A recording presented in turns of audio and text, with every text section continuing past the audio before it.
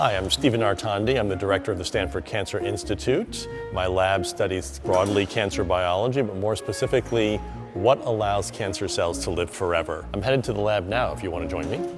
What inspired you to pursue this field? Well, I got into cancer early when I was a student, and this was a time we were just beginning to understand cancer genes and how they operated, and I became very interested in how cancer cells live forever, the genes that control that process. How would you explain your research to a middle schooler? Humans have trillions of cells in their bodies. Those cells have a programmed, limited number of times that they can divide. But cancer cells learn to divide an infinite number of times. So in my lab, we're trying to understand this process and also to develop drugs that would unplug this process and render cancer cells mortal. What did you want to be when you were a kid? I think I was always interested in science. My first science experiment was probably at a science fair in elementary school where I made a project about the solar system. And then medicine I came to later when I was maybe in college and learning about biology and chemistry. So Michelle, how are things going? They're going good. Good. What's one piece of advice you'd give to someone interested in pursuing science or medicine? Remain curious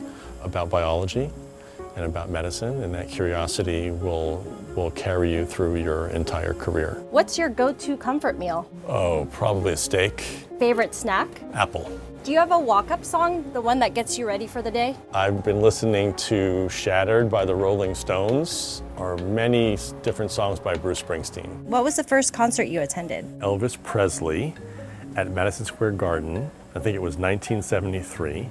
It was his white jumpsuit era. There was this tagline, "Elvis has left the building."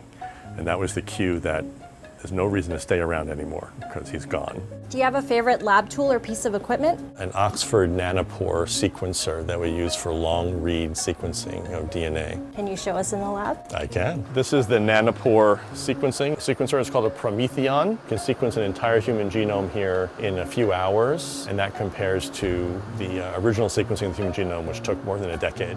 What was your first job? My first job was as a pharmacy clerk and delivery boy. Why does research matter to you? Ultimately, we want to improve the health of people, and research is the only means to accomplish that goal, to understand how the human body works, and then to interfere in a way that would improve the health of individuals. Do you have a quote you live by? To thine own self be true. Be yourself.